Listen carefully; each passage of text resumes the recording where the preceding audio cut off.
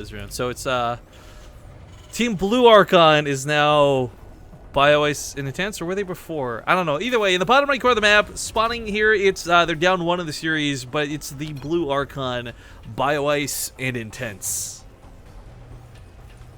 The top left now is the purple Archon. It's Jona and uThermal.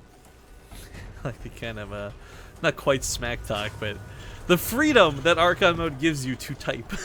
You know, Zombie Grub, quickly, you make workers. I'm gonna go shit talk our enemies real quick. Yes, you're gonna shit talk and scouts. That's your job. That's it. Pretty much at that point afterwards, it's Zombie Grub carries the rest of the way. First 20 seconds of the matchup, though, it's all me. Yeah, you gotta be proud about that. No, but really, like, we talk about this too. Some of the most fun games we cast are, you know, when True and parting or making stupid conversations, or Xenocider and Hunter, or having dumb talks. It seems like such a small detail, but I do kind of love the freedom it does. You just can't do that most of the time. You're focused, don't mess up the build order. I got my SCV on 8 instead of 9 or whatever. Like, there's so many extra things that come along with Archon mode outside of the very obvious change to the game mode, and I love every bit of it. There's nothing about it I dislike so far. Except for the fact that I guess you gotta pay 2 people instead of 1. Well, there's that, yeah. But I just like when, you know, my partner takes Marines and just does shit with them. I mean, that's look, we're supposed to be celebrating today, not having passive-aggressive jabs at each other, okay? Whatever. Okay.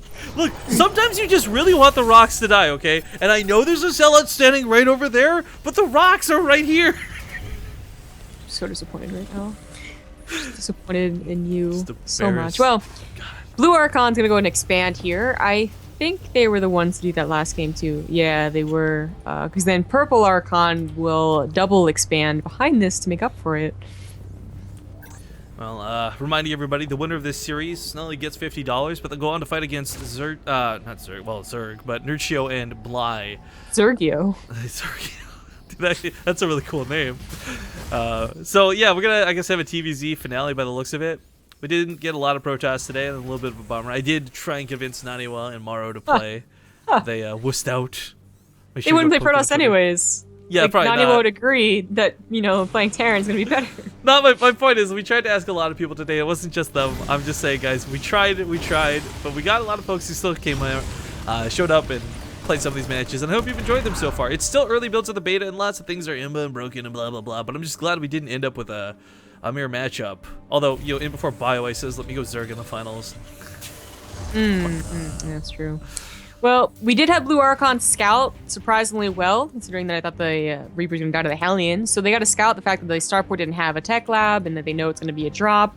That's always nice to know, even though that they did a good job defending against it last game.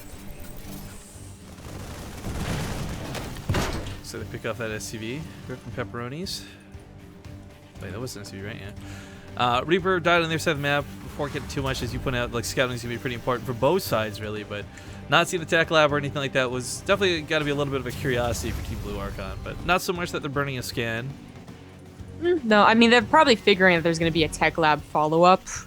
I mean, it's just, you know, it's TVT, right? But yeah. First, I got to deal with this medevac. It drops just right in the main. Oh my god. You know what? It does force SCVs to get pulled. Tank coming out, though, should be able to clean this up. There's also a Viking on the way, too, so had this been a faster Banshee, I don't think this would have really gotten too out of hand anyways, but still, the mobility of this medevac is going to be something he has to keep up with. That tank is definitely out of position now. Marines are quite badly injured. He's going to not focus on the medevac, but go for the Hellion. Not a bad choice. Takes it right away. Viking will be able to finish off that medevac, and the SCVs help citizens arrest the Marine. Nice. All right, so at the end of the day, all right, Purple Archon, they are down workers, they are down army, they're down a command center. It doesn't actually make them sound that good, does it? Hopefully they'll stop down their own third command center, or at least find something to do with this Banshee to make up for everything, and there is the third command center. It's like, all right, well, they're not as good as I thought they were. They're bad, and they're worse, and they're bad. Yeah. No, it's the same thing that happened last game, though. You know, they were a little down in army supply, they were a little down in workers, and I don't think their Banshees really did anything, but it's more that, you know, they got a third CC faster, so they, it equalized eventually. Well, Team Blue Archon is, you know, they got turrets all over the place, but most importantly, they have a Cyclone follow-up to this, so their Banshee's not really going to get the opportunity to do much. In fact, there was already a Viking earlier. I totally forgot on that already. So this was kind of doomed to fail before we got going. But it's not to say the Banshee's really out of the matchup, though. As we saw last game, that transition back towards Banshees and Vikings ended up being what was the key for uThermal and partner Jona. There we go, in game 1.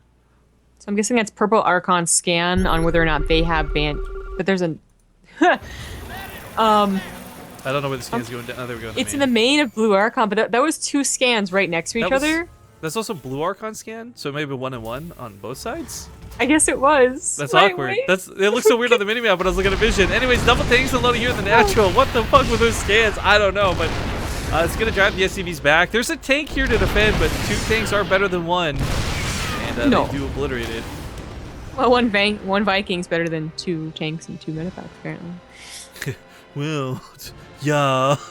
Yeah. The thing is that, while they could do a lot of damage still, because it's only 1 Viking, right? And the medevacs, they'll take a couple of shots. You don't want to lose that gas. That is a lot of gas, even if you got a couple of SCVs. Okay, so I give up. Most of the time, I can catch scans, because the minimap makes things very aware of when things are happening. But the new minimap sucks, and I keep grabbing the vision of both players, and the scan is gone before I find it. So I just give up. You're going to hear scans, guys, but fuck it. I'm not looking for it anymore. It's so stupid. Bro. It's an observer's nightmare. I hate everything about the new minimap. Oh, God. They're there. Wow. Blue Archon is going into mech again. And I hope I'm getting these right. Yes, okay. Then Purple Archon into Bio. Did work out for them last time. They were able to keep Blue Archon off of the 3rd. And if they can do that again, that's certainly the way to go. You start serving out really quickly in Legacy of the Void.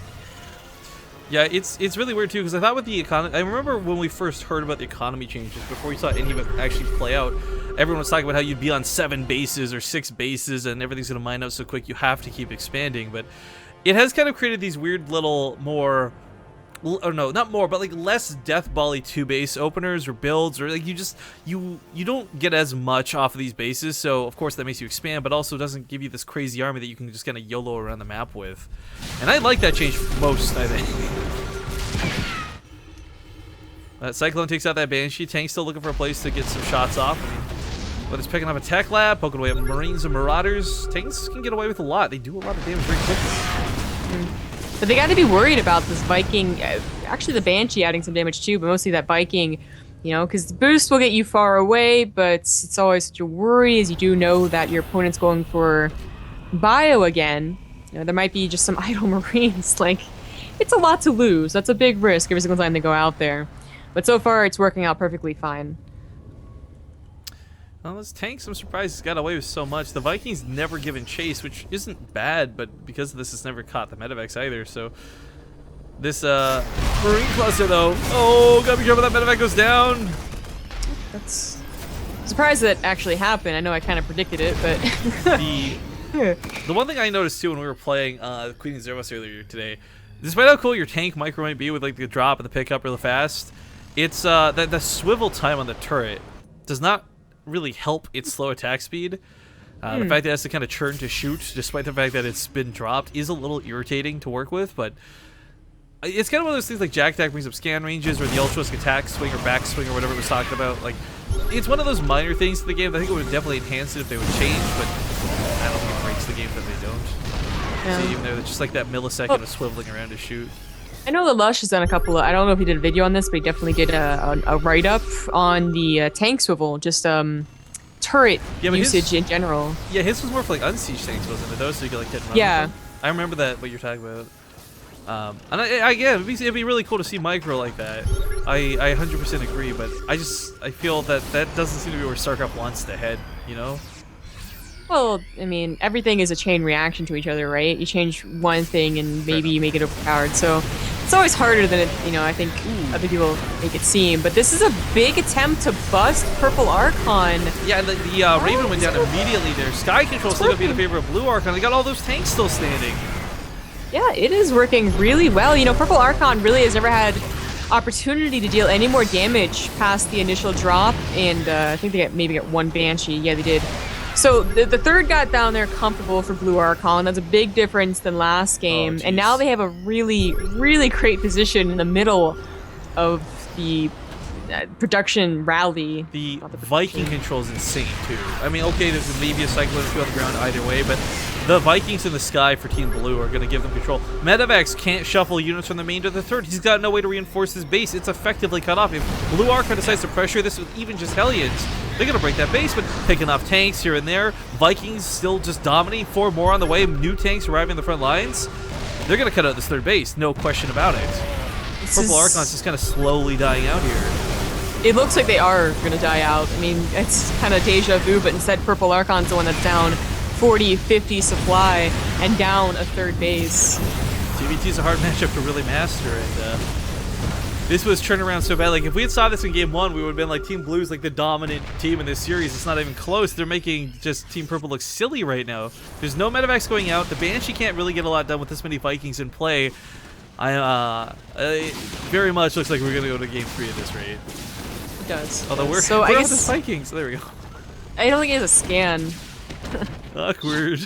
You're right, he Okay. doesn't. He just, I guess, muled. Yeah, a little awkward. I mean, they really don't have to, I would say, because they're going on a 4th base. Well, not anymore, anyways, because they're going on a 4th base, and they know that they basically got Purple Archon pinned back. So 56 SCVs seems pretty healthy amount, at least compared to Purple Archon's 36. Purple Archon did play kind of calm, though. They tried to bank up some Vikings behind this, maybe hoping to catch their opponent off guard. Siege tanks do siege, and the Hellbats are really late to the party, so just maybe they'll break this on the ground side, and if they do, they'll be able to absolutely chase those Vikings. That being said, there's a lot of tanks, new Hellbats on the line. GG is going to be called, and Team Blue Archon will tie up the series 1-1.